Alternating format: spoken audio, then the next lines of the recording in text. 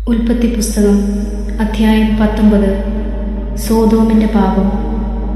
വൈകുന്നേരമായപ്പോൾ ആ 2 ദൂതന്മാർ സോദോമിൽ ചെന്നു. ലോത്ത് നഗരവാതിൽക്കൽ ഇരിക്കുകയായിരുന്നു.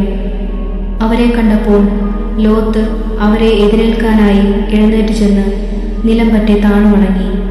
അവൻ പറഞ്ഞു, യജമാനന്മാരെ, ദാസന്റെ വീട്ടിലേക്ക് വന്നാലും കാൽ കഴുകി രാത്രി ഇവിടെ തങ്ങുക, രാവിലെ എഴുന്നേറ്റ് യാത്ര തുടരാം. അവർ മറുപടി പറഞ്ഞു, വേണ്ട, രാത്രി ഞങ്ങൾ തെരുവിൽ കഴിച്ചുകൊള്ളാം. അവൻ വളരെ നിർബന്ധിച്ചപ്പോൾ അവർ അവൻ്റെ വീട്ടിലേക്ക് പോയി. അവൻ അവർക്കൊരു വിരുന്നൊരുക്കി, പുളിപ്പില്ലാത്ത അപ്പവും ഉണ്ടാക്കി. അവർ അത് ഭക്ഷിച്ചു. അവർ കിടക്കും മുമ്പേ സോദോം നഗരത്തിൻ്റെ എല്ലാ ഭാഗത്തു നിന്നും യുവാക്കന്മാർ മുതൽ വൃദ്ധന്മാർ വരെയുള്ള എല്ലാവരും വന്ന് വീട് വളഞ്ഞു. അവർ ലോത്തിനെ വിളിച്ചു പറഞ്ഞു, രാത്രി നിന്റെ അടുക്കൽ വന്നവരെവിടെ? ഞങ്ങൾക്ക് അവരുമായി സുഖഭോഗങ്ങളിൽ ഏർപ്പെടേണ്ടതിന് അവരെ പുറത്തു കൊണ്ടുവരിക. ലോത്ത് പുറത്തിറങ്ങി കതകടച്ചിട്ട് അവരുടെ അടുത്തേക്ക് ചെന്നു. അവൻ പറഞ്ഞു, സഹോദരരെ, ഇത്തരം മ്ലേച്ഛത കാട്ടരുതെന്ന് ഞാൻ നിങ്ങളോട് യാചിക്കുന്നു. പുരുഷ സ്പർശമേൽക്കാത്ത 2 പെൺമക്കൾ എനിക്കുണ്ട്. അവരെ നിങ്ങൾക്ക് വിട്ടുതരാം. ഇഷ്ടം പോലെ അവരോട് ചെയ്തു കൊള്ളുക. പക്ഷേ ഈ പുരുഷന്മാരെ മാത്രം ഒന്നും ചെയ്യരുത്. എന്തെന്നാൽ അവർ എൻ്റെ അതിഥികളാണ്. മാറി നിൽക്കൂ, അവർ അട്ടഹസിച്ചു. പരദേശിയായി വന്നവൻ ന്യായം വിധിക്കാനൊരുങ്ങുന്നു. അവരോടൊന്നതിനേക്കാൾ മോശമായി നിന്നോടും ഞങ്ങൾ പെരുമാറും. അവർ ലോത്തിനെ ശക്തിയായി തള്ളിമാറ്റി വാതിൽ തല്ലിപ്പൊളിക്കാൻ ചെന്നു. പക്ഷേ ലോത്തിന്റെ അതിഥികൾ കൈനീട്ടി അവനെ വലിച്ചു വീട്ടിനുള്ളിലാക്കിയിട്ട് വാതിലടച്ചു. വാതിൽക്കലുണ്ടായിരുന്ന എല്ലാവരെയും അവർ അന്ധരാക്കി. അവർ വാതിൽ തപ്പിത്തടഞ്ഞു വലഞ്ഞു. ലോത്ത് സോദോം വിടുന്നു. ആ 2 പേർ ലോത്തിനോട് പറഞ്ഞു, ഇവരെ കൂടാതെ നിനക്ക് ആരെങ്കിലും ഇവിടെയുണ്ടോ? പുത്രന്മാരോ പുത്രികളോ മരുമക്കളോ മറ്റാരെങ്കിലുമോ നഗരത്തിലുണ്ടെങ്കിൽ എല്ലാവരെയും ഉടൻ പുറത്തു കടത്തിക്കൊള്ളുക. ഈ സ്ഥലം ഞങ്ങൾ നശിപ്പിക്കാൻ പോവുകയാണ്. ഇവിടുത്തെ ജനങ്ങൾക്കെതിരെ രൂക്ഷമായ നിലവിളി കർത്താവിൻ്റെ മുൻപിൽ എത്തിയിരിക്കുന്നു. ഇവിടം നശിപ്പിക്കാൻ കർത്താവ് ഞങ്ങളെ അയച്ചിരിക്കുകയാണ്. ഉടനെ ലോത്ത് തൻ്റെ പുത്രിമാരെ വിവാഹം ചെയ്യാനിരുന്നവരുടെ അടുത്തു ചെന്ന് പറഞ്ഞു, എഴുന്നേറ്റ് ഉടനെ സ്ഥലം വിട്ടുപോവുക. കർത്താവ് ഈ നഗരം നശിപ്പിക്കാൻ പോവുകയാണ്. എന്നാൽ അവൻ തമാശ പറയുകയാണ് എന്നത്രേ അവർക്ക് തോന്നിയത്.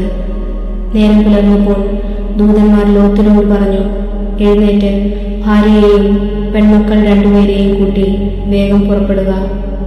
അല്ലെങ്കിൽ നഗരത്തോടൊപ്പം നിങ്ങളും നശിച്ചു പോകും. എന്നാൽ അവൻ മടിച്ചു നിന്നു. കർത്താവിന് അവനോട് കരുണ തോന്നിയതുകൊണ്ട് ആ മനുഷ്യർ അവനെയും ഭാര്യയെയും മക്കളെയും കൈക്ക് പിടിച്ച് നഗരത്തിന് പുറത്തേക്ക് കൊണ്ടുപോയി വിട്ടു. അവരെ പുറത്തു കൊണ്ടുചെന്ന് വിട്ടതിനു ശേഷം അവരിലൊരുവൻ പറഞ്ഞു, ജീവൻ വേണമെങ്കിൽ ഓടിപ്പോവുക, പിന്തിരിഞ്ഞു നോക്കരുത്.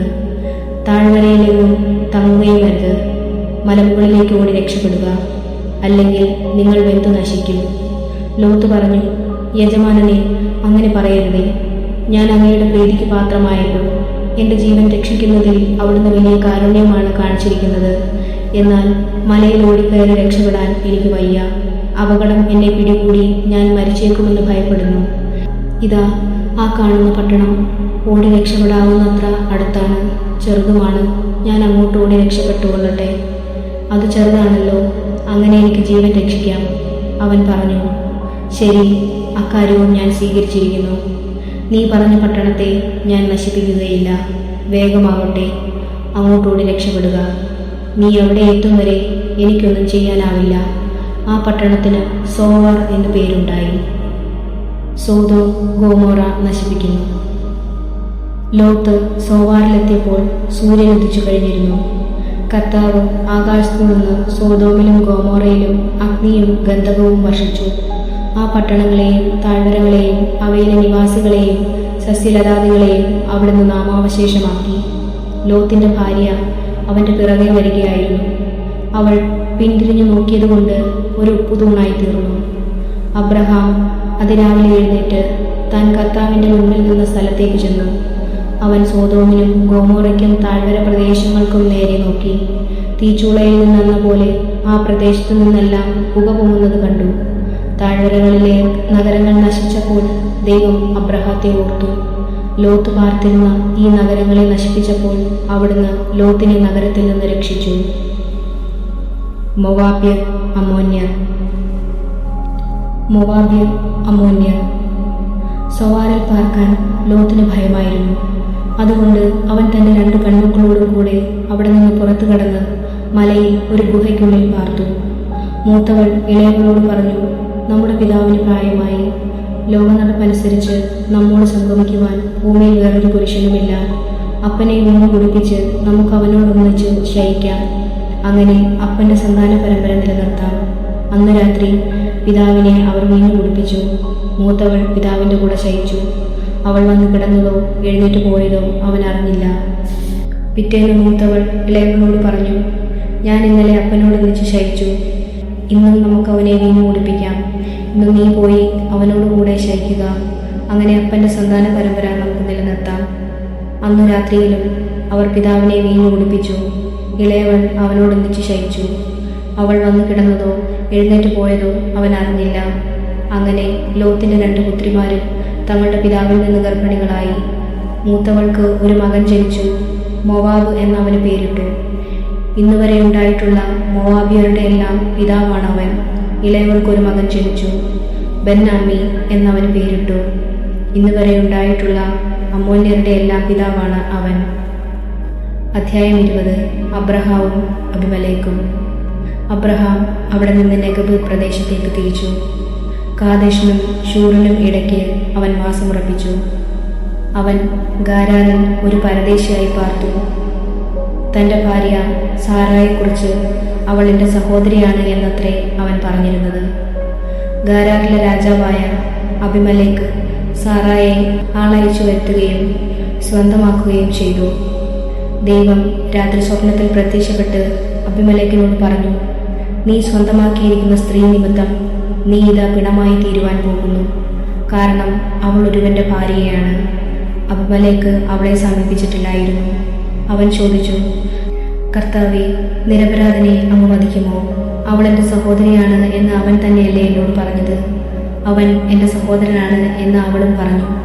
നിർമ്മല ഹൃദയത്തോടും കറയറ്റ കൈകളോടും കൂടെയാണ് ഞാനിത് ചെയ്തത്. അപ്പോൾ ദൈവം സ്വപ്നത്തിൽ അവനോട് പറഞ്ഞു, നിർമ്മല ഹൃദയത്തോടെയാണ് നീ ഇത് ചെയ്തത് എന്ന് എനിക്കറിയാം. എനിക്കെതിരായി പാപം ചെയ്യുന്നതിൽ നിന്ന് ഞാനാണ് നിന്നെ തടഞ്ഞത്. അതുകൊണ്ടാണ് അവളെ തൊടാൻ നിന്നെ ഞാൻ അനുവദിക്കാതിരുന്നത്. അവൻ്റെ ഭാര്യയെ തിരിച്ചേൽപ്പിക്കുക. അവൻ പ്രവാചകനാണ്. അവൻ നിനക്ക് വേണ്ടി പ്രാർത്ഥിക്കും. നീ ജീവിക്കുകയും ചെയ്യും. എന്നാൽ നീ അവളെ തിരിച്ചേൽപ്പിക്കുന്നില്ലെങ്കിൽ നീയും നിന്റെ ജനങ്ങളും മരിക്കും എന്നറിയുക. അബിമലേക്ക് അതിരാവിലെ എഴുന്നേറ്റ് സേവകന്മാരെ എല്ലാം വിളിച്ച് ഈ കാര്യങ്ങൾ പറഞ്ഞു. അവർ വളരെ ഭയപ്പെട്ടു. അനന്തരം അബിമലേക്ക് അബ്രഹാത്തെ വിളിച്ചു പറഞ്ഞു, എന്താണ് നീ ഞങ്ങളോട് ഈ ചെയ്തത്? നിനക്കെതിരായി ഞാൻ എന്ത് തെറ്റ് ചെയ്തിട്ടാണ് എൻ്റെയും എൻ്റെ രാജ്യത്തിൻ്റെയും മേൽ ഇത്ര വലിയ തിന്മ വരുത്തി വെച്ചത്? ചെയ്യരുതാത്ത കാര്യങ്ങളാണ് നീ എന്നോട് ചെയ്തത്. അബിമലേക്ക് അബ്രഹാത്തോട് ചോദിച്ചു, ഇത് ചെയ്യാൻ നിന്നെ പ്രേരിപ്പിച്ചത് എന്താണ്? അബ്രഹാം മറുപടി പറഞ്ഞു, ഇത് ദൈവഭയം തീരെയില്ലാത്ത നാടാണെന്നും എൻ്റെ ഭാര്യയെ പ്രതി അവർ എന്നെ കൊന്നുകളയുമെന്നും ഞാൻ വിചാരിച്ചു. മാത്രമല്ല, വാസ്തവത്തിൽ അവൾ എൻ്റെ സഹോദരിയാണ്, എൻ്റെ പിതാവിൻ്റെ മകൾ. പക്ഷേ എൻ്റെ മാതാവിൻ്റെ മകളല്ല. അവൾ എനിക്ക് ഭാര്യയാവുകയും ചെയ്തു. പിതാവിൻ്റെ വീട്ടിൽ നിന്ന് ഇറങ്ങിത്തിരിക്കാൻ ദൈവം എനിക്ക് ഇടവരുത്തിയപ്പോൾ ഞാൻ അവളോട് പറഞ്ഞു, നീ എനിക്ക് ഈ ഉപകാരം ചെയ്യണം. നാം ചെല്ലുന്ന ഇടങ്ങളിലെല്ലാം ഇവൻ എൻ്റെ സഹോദരനാണ് എന്ന് എന്നെക്കുറിച്ച് നീ പറയണം. അപ്പോൾ അബിമലേക്ക് അബ്രഹാത്തിന് ആടുമാടുകളെയും ദാസീദാസന്മാരെയും കൊടുത്തു. ഭാര്യ സാറായെ തിരിച്ചേൽപ്പിക്കുകയും ചെയ്തു. അവൻ പറഞ്ഞു, ഇതാ എൻ്റെ രാജ്യം, നിനക്കിഷ്ടമുള്ളിടത്ത് പാർക്കാം.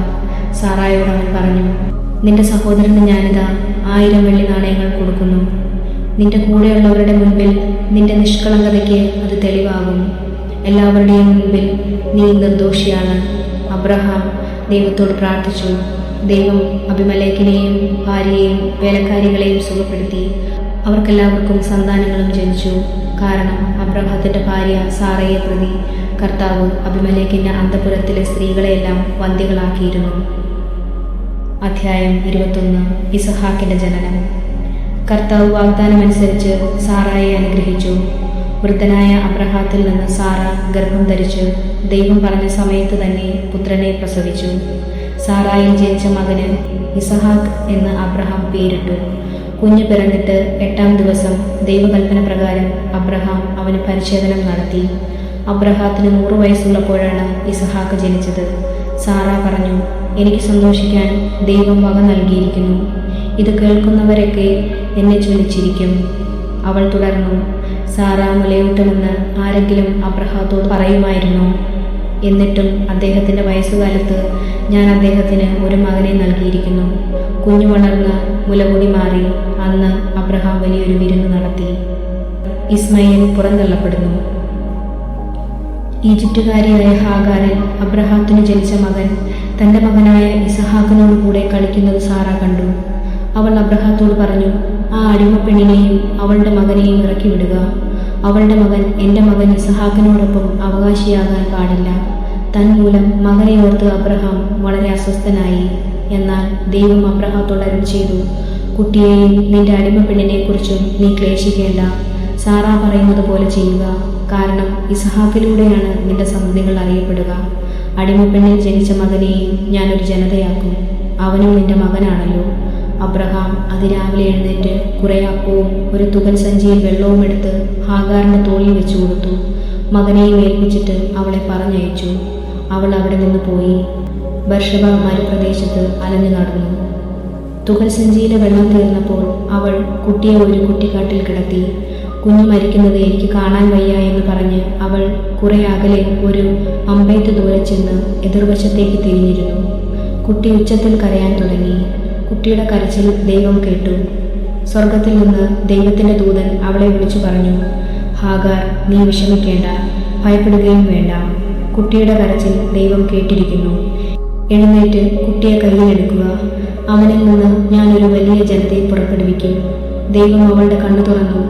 അവൾ ഒരു കിണർ കണ്ടു. അവൾ ചെന്ന് തുകൽ സഞ്ചി നിറച്ച് കുട്ടിക്ക് കൊടുക്കാൻ കൊടുത്തു. ദൈവം ആ കുട്ടിയോട് കൂടെ ഉണ്ടായിരുന്നു. അവൻ മരുഭൂമിയിൽ പാർത്തു. അവൻ വളർന്നു സമർത്ഥനായൊരു വില്ലാളിയായി തീർന്നു. അവൻ പാരാനിലെ മരുഭൂമിയിൽ പാർത്തു. അവൻ്റെ അമ്മ ഈജിപ്തിൽ നിന്ന് അവനൊരു ഭാര്യയെ തിരഞ്ഞെടുത്തു, അബ്രഹാവും അബിമലേക്കും. അക്കാലത്ത് അബിമലേക്കും അവൻ്റെ സൈന്യാധിപൻ ഫിക്കോളും അബ്രഹാത്തോട് പറഞ്ഞു, നിന്റെ പ്രവർത്തനങ്ങളിലെല്ലാം ദൈവം നിന്നോട് കൂടെയുണ്ട്. അതുകൊണ്ട് എന്നോടും എൻ്റെ സന്തതികളോടും അന്യായമായി പെരുമാറില്ലെന്ന് ദൈവത്തിൻ്റെ മുൻപിൽ ശപഥം ചെയ്യുക. ഞാൻ നിന്നോട് കാണിച്ച കാരുണ്യത്തിനനുസരിച്ച് എന്നോടും നീ പാർത്തു വരുന്ന ഈ നാടിനോടും പെരുമാറണം. ഞാൻ ശപഥം ചെയ്യുന്നു. അബ്രഹാം പറഞ്ഞു. അബിമേലെക്കിന്റെ ദാസന്മാർ തൻ്റെ കൈവശത്തു നിന്ന് പിടിച്ചെടുത്ത കിണറിനെക്കുറിച്ച് അബ്രഹാം അവനോട് പരാതിപ്പെട്ടു. അബിമേലെക്ക് മറുപടി പറഞ്ഞു, ആരാണിത് ചെയ്തതെന്ന് എനിക്ക് അറിഞ്ഞുകൂടാ. നീ ഇക്കാര്യം എന്നോട് പറഞ്ഞിട്ടില്ല. ഇന്നുവരെ ഞാൻ ഇതേക്കുറിച്ച് കേട്ടിട്ടുമില്ല. അബ്രഹാം അബിമേലെക്കിന് ആടുമാടുകളെ കൊടുത്തു. അവരിരുവരും തമ്മിൽ ഒരു ഉടമ്പടി ഉണ്ടാക്കി. അബ്രഹാം ആട്ടിൻപറ്റത്തിൽ നിന്ന് 7 പെണ്ണാട്ടിൻകുട്ടികളെ മാറ്റി നിർത്തി. ഈ 7 പെണ്ണാട്ടിൻകുട്ടികളെ മാറ്റി നിർത്തിയത് എന്തിനാണെന്ന് അബിമേലെക്ക് അബ്രഹാത്തോട് ചോദിച്ചു. അവൻ പറഞ്ഞു, ഞാനാണ് ഈ കിണർ കുഴിച്ചത് എന്നതിന് തെളിവായി ഈ 7 പെണ്ണാട്ടിൻകുട്ടികളെ സ്വീകരിക്കണം. ആ സ്ഥലത്തിന് ബർഷബ എന്ന് പേരുണ്ടായി. കാരണം അവിടെ വെച്ച് അവർ 2 പേരും ശപഥം ചെയ്തു. അങ്ങനെ ബർഷബയിൽ വെച്ച് അവർ ഒരു ഉടമ്പടി ഉണ്ടാക്കി. അതുകഴിഞ്ഞ് അബിമേലെക്കും സേനാധിപതിയായ ഫിക്കോളും ഫിലിസ്ത്യരുടെ നാട്ടിലേക്ക് തിരിച്ചുപോയി. അബ്രഹാം ബേർശബയിൽ ഒരു പാനക വൃക്ഷം നട്ടുപിടിപ്പിക്കുകയും നിത്യദൈവമായ കർത്താവിൻ്റെ നാമത്തിൽ ആരാധന നടത്തുകയും ചെയ്തു. അബ്രഹാം ഫിലിസ്ത്യരുടെ നാട്ടിൽ വളരെ കാലം താമസിച്ചു. അധ്യായം 22. അബ്രഹാത്തിൻ്റെ ബലി. പിന്നീടൊരിക്കൽ ദൈവം അബ്രഹാത്തെ പരീക്ഷിച്ചു. അബ്രഹാം അവിടുന്ന് വിളിച്ചു, ഇതാ ഞാൻ. അവൻ വിളി കേട്ടു. നീ സ്നേഹിക്കുന്ന നിന്റെ ഏകമകൻ ഇസഹാക്കിനെയും കൂട്ടിക്കൊണ്ട് മോറിയ ദേശത്തേക്ക് പോവുക. അവിടെ ഞാൻ കാണിച്ചു തരുന്ന മലമുകളിൽ നീ അവനെ എനിക്കൊരു ദഹനബലിയായി അർപ്പിക്കണം. അബ്രഹാം അതിരാവിലെ എഴുന്നേറ്റ് കഴുതയ്ക്ക് ജീനിയിട്ട് 2 വേലക്കാരെയും മകൻ ഇസഹാക്കിനെയും കൂട്ടി ബലിക്ക് വേണ്ട വിറകും കീറിയെടുത്ത് ദൈവം പറഞ്ഞ സ്ഥലത്തേക്ക് പുറപ്പെട്ടു. 3-ാം ദിവസം അവൻ തലയുയർത്തി നോക്കിയപ്പോൾ അകലെ ആ സ്ഥലം കണ്ടു. അവൻ വേലക്കാരോട് പറഞ്ഞു, കഴുതയുമായി നിങ്ങൾ ഇവിടെ നിൽക്കുക. ഞാനും മകനും അവിടെ പോയി ആരാധിച്ച് തിരിച്ചു വരാം. അബ്രഹാം ദഹനബലിക്കുള്ള വിറകെടുത്ത് മകൻ ഇസഹാക്കിനെയും ചുമലിൽ വെച്ച് കത്തിയും തീയും അവൻ തന്നെ എടുത്തു. അവർ ഒരുമിച്ച് മുമ്പോട്ട് നടന്നു. ഇസഹാക്ക് തന്റെ പിതാവായ അബ്രഹാത്തെ വിളിച്ചു. പിതാവേ, എന്താ മകനെ? അവൻ വിളി കേട്ടു. ഇസഹാക്ക് പറഞ്ഞു, തീയും വിറകുമുണ്ടല്ലോ, എന്നാൽ ദഹനബലിക്കുള്ള കുഞ്ഞാടെവിടെ? അവൻ മറുപടി പറഞ്ഞു, ബലിക്കുള്ള കുഞ്ഞാടിനെ ദൈവം തന്നെ തരും. അവരൊന്നിച്ച് മുമ്പോട്ട് പോയി. ദൈവം പറഞ്ഞ സ്ഥലത്തെത്തിയപ്പോൾ അബ്രഹാം അവിടെ ഒരു ബലിപീഠം പണിതു. വിറക് അടുക്കി വെച്ചിട്ട് ഇസഹാക്കിനെ നിർബന്ധിച്ച് വിറകിന് മീതെ കിടത്തി. മകനെ ബലി കഴിക്കാൻ അബ്രഹാം കത്തി കയ്യിലെടുത്തു. തക്ഷണം കർത്താവിന്റെ ദൂതൻ ആകാശത്ത് നിന്ന് അബ്രഹാം, അബ്രഹാം എന്ന് വിളിച്ചു. ഇതാ ഞാൻ. അവൻ വിളി കേട്ടു. കുട്ടിയുടെ മേൽ കൈവയ്ക്കരുത്, അവനെ ഒന്നും ചെയ്യരുത്. നീ ദൈവത്തെ ഭയപ്പെടുന്നുവെന്ന് എനിക്കിപ്പോൾ ഉറപ്പായി. കാരണം നിന്റെ ഏകപുത്രനെ എനിക്ക് തരാൻ നീ മടി കാണിച്ചില്ല. അബ്രഹാം തലമുക്കി നോക്കിയപ്പോൾ തന്റെ പിന്നിൽ മുൾച്ചെടികളിൽ കൊമ്പുടക്കി കിടക്കുന്ന ഒരു മുട്ടാടിനെ കണ്ടു. അവൻ അതിനെ മകനു പകരം ദഹനബലി അർപ്പിച്ചു. അബ്രഹാം ആ സ്ഥലത്തിന് യാഹ്വേരെ എന്ന് പേരിട്ടു. കർത്താവിന്റെ മലയിൽ അവിടുന്ന് വേണ്ടത് പ്രദാനം ചെയ്യുന്നുവെന്ന് ഇന്നുവരെ പറയപ്പെടുന്നു.